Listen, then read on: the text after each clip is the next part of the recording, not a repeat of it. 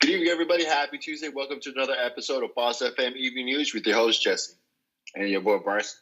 How's it going, my man? Always good, man. Hanging in there.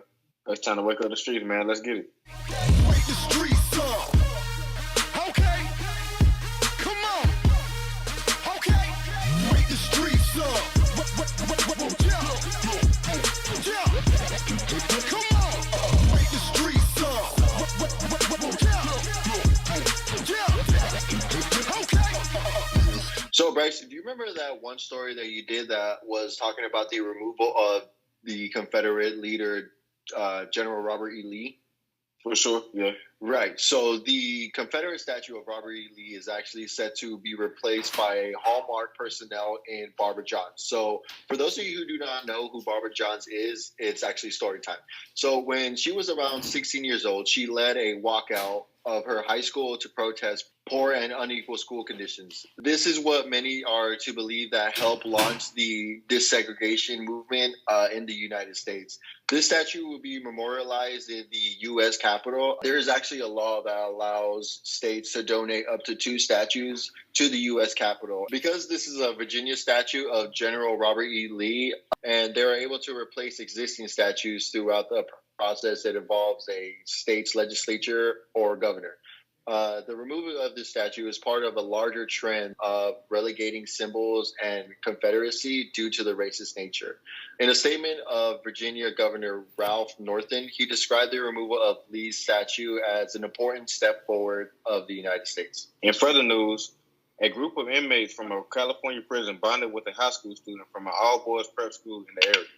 The group later learned that a student was struggling to pay his leftover $1,200 balance for his monthly tuition. So the men from the prison got together to fundraise and successfully gathered over $30,000. The student, Sion Green, was surprised when he had learned what the members from the reading group and also the correctional training facility had done for him. They had presented him with a scholarship to help him finish his high school education and begin his college pursuit. At this particular time, it was truly an unheard blessing, and it brought me to tears, Sion's father had said. Lastly, the prisoners had added they put in a lot of not only gratitude and appreciation, but also trusting them to help them mentor her son, as they were talking about the parents of Sion Green.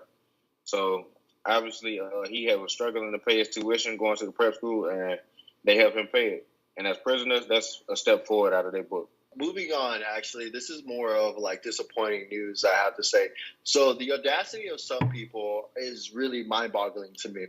Check this out. So there is a former Florida middle school teacher of Boca Raton Middle School who has been banned for teaching in the state until at least next summer after being accused of making disparaging and anti-immigrant comments to students. So the teacher's name is Susan Oyer, and she's being accused of telling students that she is going to call immigration on. And not only that, was surprised their parents haven't thrown them on a wall. Can you believe like a teacher telling you that like in middle school?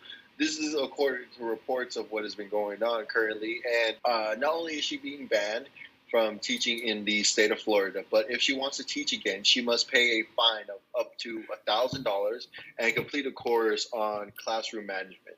Yeah, it really messes with the kids' mind at a young age. Like, it really leaves an impression on them. So whether it's good or bad, like you said, it always leaves an impression. So yeah, that was really disrespectful for her to do that.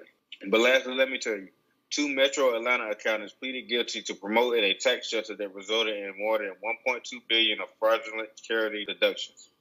Justice Department on Monday announced that the partners at the Sandy Springs firm Aggie Fishbarrett both pleaded guilty. Stain and Corey Aggie both received 1 count of conspiracy to defraud the United States. The Aggies and the unnamed co-conspirators promised the investors that they would receive more than $4 in charitable tax deductions for every dollar that they spent. Through the Aggies' work, the Internal Revenue Service was beat out of $250 million in tax revenue between 2013 and 2019. In Georgia, such activity has become more common, and a cottage industry of the promoters has emerged in the Metro Atlanta and Rome. The Justice Department has sued the Atlanta-based firm EcoVest Capital in 2018, forcing them to shut down for allegedly abusing and the syndicated schemes that they were promoting. Offenses of this nature carry up to 5 years in prison, but the sentencing date for the Aggies has not been announced yet.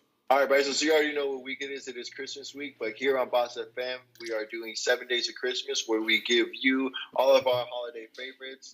Each day of the week, we will be giving you our favorite how-tos, our favorite Christmas albums, snacks, and much more. And today we are going to be talking about tree decorating, brought to you by one of our former morning anchors, Kayla.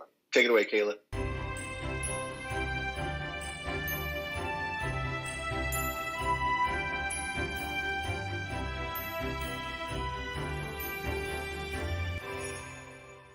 Hey guys, it's your girl Kayla. So right now I am about to start decorating my Christmas tree, and I'm going to hang some lights up around my window. So first I'm going to hang the lights up, and let's get to it.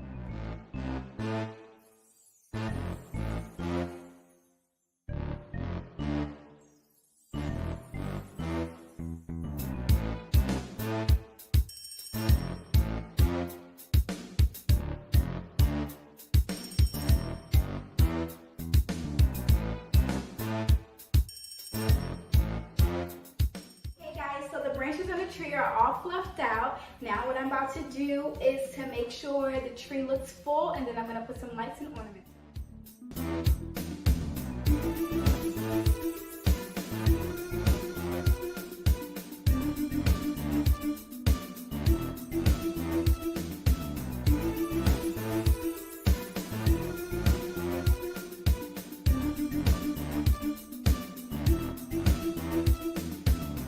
Yeah, I really like that silver and blue with the lights, man. That really was nice. Yeah, it like complements the tree very well. But that is it for your Tuesday evening news, guys. Please make sure to tune in tomorrow evening at 8:30 p.m. for more news and updates. And do not forget about our morning show at 10:30 a.m. for some entertainment news with Boss FM. If you would like to rewatch our shows, as always, they'll be available for replay on our Boss FM app and on all of our social media platforms. Thank you again for tuning in. It's your boy Bryson. And it's your boy Jesse. Hope you guys have a great evening. Come on, make the streets up. Yeah.